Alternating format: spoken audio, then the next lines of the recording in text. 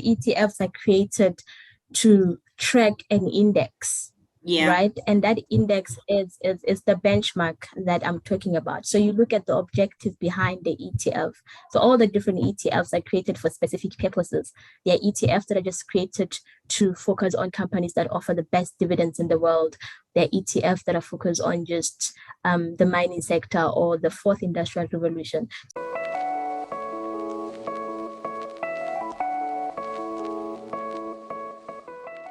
In the past few years, ETFs was not really very exposed. The introduction of tax-free savings account in 2015 kind of really helped because now, we have a combination of tax-free plus ETFs. Like now they are the in thing. I think people are talking about them, and even institutions are introducing them. There's like the recently introduced one by Citrix, the diversity and inclusion one, and I saw another one introduced on emerging markets. So they are a lot of them being introduced, right? And I think overall, around June, Easy Equities had about 82 of them, right?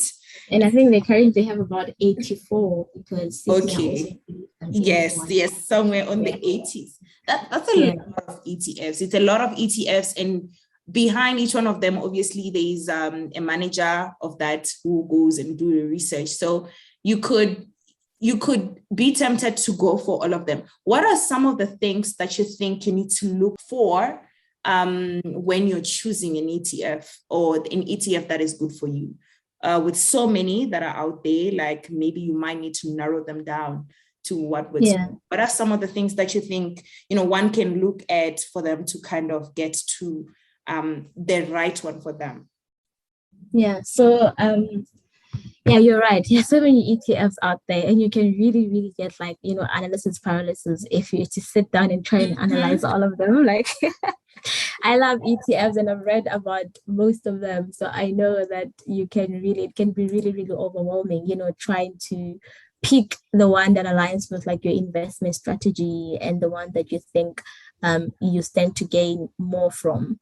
But I think the best place to start is, understand or have an idea of the type of asset class that you would like to invest in. There are so many different asset classes out there. You need to narrow down your search. You need to know, what kind of asset class am I looking for? Do I want an ETF that's going to give me exposure to mining sector? Do I want an ETF that's going to give me exposure to property? Or do I want a mixture of all those different asset classes in one? Because there are ETFs that have like a mixed allocation.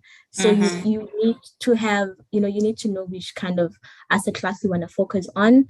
And also, you could also choose based on regions. Which region do you want to focus on? If you don't want to filter your search based on asset class, you can filter it based on regions. Do you want to focus on ETFs that, are just slowly based in the Eurozone, or do you want ETFs that gives you exposure to China because of the emerging market, that side?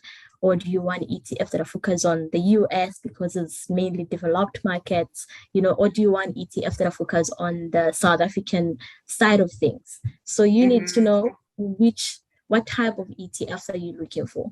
And there's also, the ETFs that also pay dividends. So you can also filter your search based on ETFs that offer dividends and those that don't offer dividends. There are ETFs that are just focused on companies that pay the best dividends. There are ETFs that focus on companies that are just growth stocks and still don't pay dividends. So you need to know what kind of ETFs are you looking for.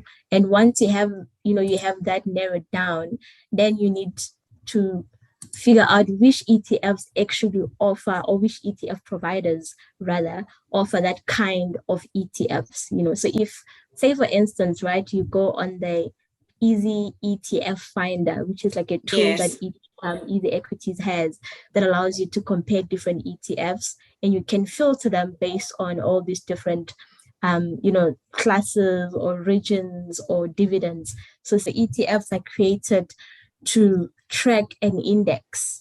Right. And that index is the benchmark that I'm talking about. So you look at the objective behind the ETF. So all the different ETFs are created for specific purposes. There are ETFs that are just created to focus on companies that offer the best dividends in the world. There are ETFs that are focused on just the mining sector or the fourth industrial revolution. So you need to understand the objective behind that ETF. And once you understand that, it becomes a bit easier for you to then choose which ETF provider to go with. So say you decide that you just want to focus on the top 40 companies in South Africa, right? And so the index is going to be the top 40 index. And you're going to have, Signia has the top 40 ETF, Cetrix has the top 40 ETF, One Vest is the top 40 ETF. So you already have an understanding that these ETFs are just focused on the top 40 biggest companies in South Africa. Now you need to compare the different ETF providers. They're all tracking the same index, but they're not tracking them the same way. And some will probably do a better job at tracking the index than the other. So you also need to check, the cost. So they're tracking the same index, but they're going to charge you different amount for them to manage the ETF. So basically, with ETFs, obviously you have the ETF provider who creates this ETF for you, and they charge you for managing the ETF on your behalf, right? And that's the total expense ratio, which is like it's sort of like a measure of the cost that's associated with managing and operating this ETF on behalf of the investors. So you need to check which ETF provider charges you the lowest amount. For me, the lower the better, right? So if I have Cetrix top 40, I have One Vest top 40, I have Signia top 40, and one is charging me 0.75%, which is at an annual basis, and the other is charging me 0.25. I'm obviously going to lean towards the one that's charging me 0.25% because the cost is going to drag down on your returns, right? You want the one that's going to charge you less. So if the one that's charging me 0.75, if say for instance they charge me 0.75 at an annual basis, and the ETF only gives me like 10% return per year, that means out of that 10%, 0.75% of it is going to go there. It's gone, So you're not going to get 10% return. You're going to get 9.25 because 0.75 is gone. So rather go with the one with the lowest return. But outside of that, like I mentioned, you need to, they tracking an index. ETFs are created to track a specific index.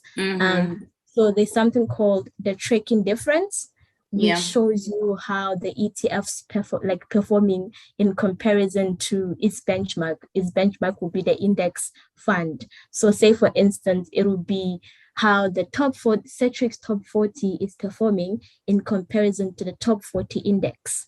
Right. So all these different ETF providers, they have different tracking differences. So some ETF providers do a better job at tracking the index than the others. So I want the one that's doing a better job at tracking the index, because so the ETF is basically supposed to say, for instance, if the index fund or the index goes up by 10%, right? You would expect that the ETF to be up by 10%, but that's rarely ever the case. They don't always do 100%, tracking. Like it's not always that exact. But you want the one that's really, really close to that 10%. If the other one's tracking difference it's higher than the other, I mean, I need the one that shows that they know what they're doing, So you need to look at that. So basically look at understand the underlying index. What's the underlying index trying to achieve? What's the objective behind the index or the ETF itself? What's the purpose behind it? Then understand the cost associated with the specific ETF providers that you want to invest through, and then understand how good are they at tracking the index that they're supposed to be tracking, the ETF work. I know that sounds like it's a lot of work, but it's actually very straightforward. Just read the ETF fact sheet and you'll most likely have answers to all the things that I've just mentioned.